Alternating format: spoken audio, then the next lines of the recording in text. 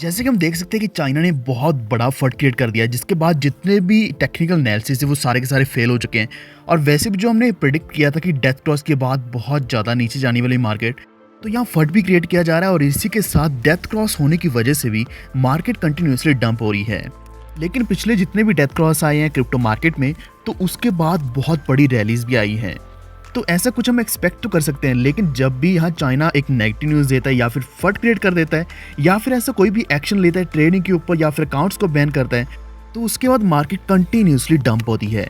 इस वक्त हम देख सकते हैं कि बिटकॉइन अराउंड $31,000 तक पहुंच चुका है और नेक्स्ट जो हम सपोर्ट की बात करें तो वो 30,000 के आसपास है। लेकिन यहाँ कुछ इंडिकेशन ऐसा भी मिल रहा है कि यहाँ बहुत बड़ा बाउंस बैक भी हो सकता है और अगर यहाँ फिर से बिटकॉइन बाउंस लेता है तो हो सकता है कि कुछ महीनों में बहुत बड़ी रैली आएगी। लेकिन इस वक्त अगर हम सिर्फ ऑल्ट कॉइन्स की बात करें तो बहुत से ऑल्ट कॉइन्स लगातार ब्लीड कर रहे हैं। करीब 15% से लेकर 20%, 30% तक का डंप चल रहा है। अगर हम डॉज कॉइन की बात करें तो उसकी एक सपोर्ट थी 0.19 पे और वो भी ब्रेक हो चुकी है और अभी करीब 28% का डंप चल रहा है डॉज कॉइन में। तो इस वक्त मैं सिर्फ डॉज कॉइन की बात नहीं करना चाह रहा, लेकिन अगर आप ओवरऑल मार्केट देखते हो, इथेरियम की बात करते हो, इथेरियम 5 महीने पहले वाली प्राइस के ऊपर आ चुका है। बीएनबी भी इसी तरीके से नीचे आ चुका है। कार्डानो की बात करें या फिर हम बात करें ट्रॉन की, तो ट्रॉन भी ₹4 के आसपास चल रहा है इस वक्त। तो मार्केट की बहुत बुरी हालत हो चुकी है इस वक्त, लेकिन इसका रीजन एक ही है, चाइना ने जो है अकाउंट्स बैन किए, क्योंकि सेंट्रल बैंक ने एक नई पॉलिसी बनाई है जिसमें क्लाइंट्स को मना किया गया कि वो किसी भी क्रिप्टो ट्रांजैक्शन के साथ एंगेज ना हो।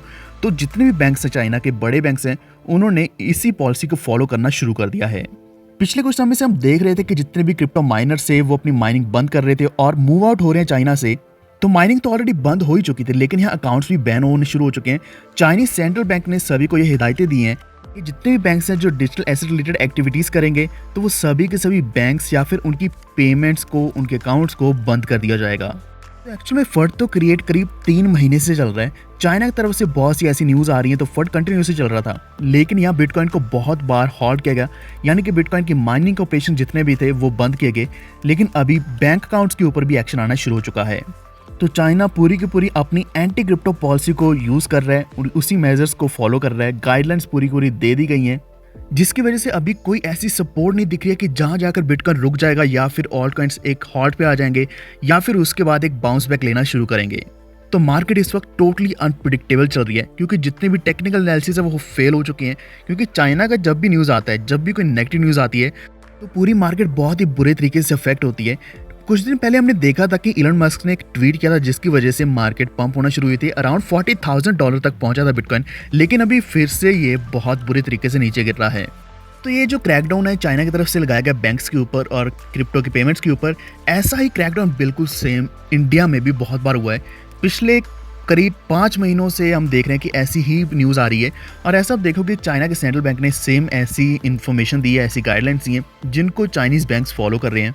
तो सभी थॉरली चेक की जा रही हैं जितनी भी ट्रांजैक्शंस हैं क्रिप्टो करेंसीज की, या फिर कोई भी क्लाइंट ट्रांजैक्शन कर रहा है तो हर एक ट्रांजैक्शन को चेक किया जा रहा है, ड्यू डिलिजेंस भी किया जा रहा है। लेकिन इस वक्त कोई भी ऐसा लॉ नहीं बना है, सिर्फ ये पॉलिसी आई या फिर इन्फोर्समेंट है, क्योंकि इंडिया में भी अभी कोई भी रेगुलेशंस नहीं आई हैं, लॉ नहीं बना है। तो इन रेगुलेशंस की वजह से सिर्फ बैंक्स के ऊपर या फिर चाइना के ऊपर या चाइनीज ट्रेडर्स के ऊपर ही फर्क नहीं पड़ रहा, बल्कि पूरी क्रिप्टो मार्केट के ऊपर बहुत बड़ा इंपैक्ट पड़ रहा है। लेकिन अभी थोड़ी उम्मीद जग रही है कि शायद बिटकॉइन यहाँ से एक बाउंस बैक लेगा। हो सकता है कि एक रैली आ जाए जिसकी वजह से सभी ऑल्ट कॉइन्स अच्छा परफॉर्म करने लग जाएंगे। लेकिन करंट सिचुएशन देखते हैं अगर हम ऑल्ट कॉइन्स की, तो बहुत ही बुरी चल रही है। करीब 6 महीने पीछे पूरी मार्केट पहुंच चुकी है। तो जिन्होंने अभी इन्वेस्ट किया था करीब 2 महीने पहले, 3 महीने पहले, तो उनका पोर्टफोलियो सिर्फ 25 या 30% ही बचा है। लेकिन मार्केट इस तरीके से कंटिन्यूसली डंप नहीं हो सकती। और वैसे ही मैं कहना चाहूँगा कि ये डेथ क्रॉस का इम्पैक्ट ज़्यादा नहीं है, बल्कि ये फंडामेंटल एनालिसिस का इम्पैक्ट है, या फिर फंडामेंटल जितनी भी न्यूज़ आ रही हैं, चाहे वो चाइना का फट हो या फिर ऐसी और न्यूज़ आ रही हैं, तो उनकी वजह से ये डंप चल रहा है। लेकिन इसी के साथ उम्मीद भी बन रही है कि सभी ऑल्ट कॉइन्स सभी फिर से ग्रीन हो जाएंगे। लेकिन आपका क्या मानना है इसके बारे में, कृपया नीचे कमेंट करके बताएं। और नेक्स्ट वीडियो आपको किस कॉइन के ऊपर चाहिए ये भी नीचे कमेंट करके बता दीजिए। और इस वीडियो को लाइक और शेयर जरूर कर देना।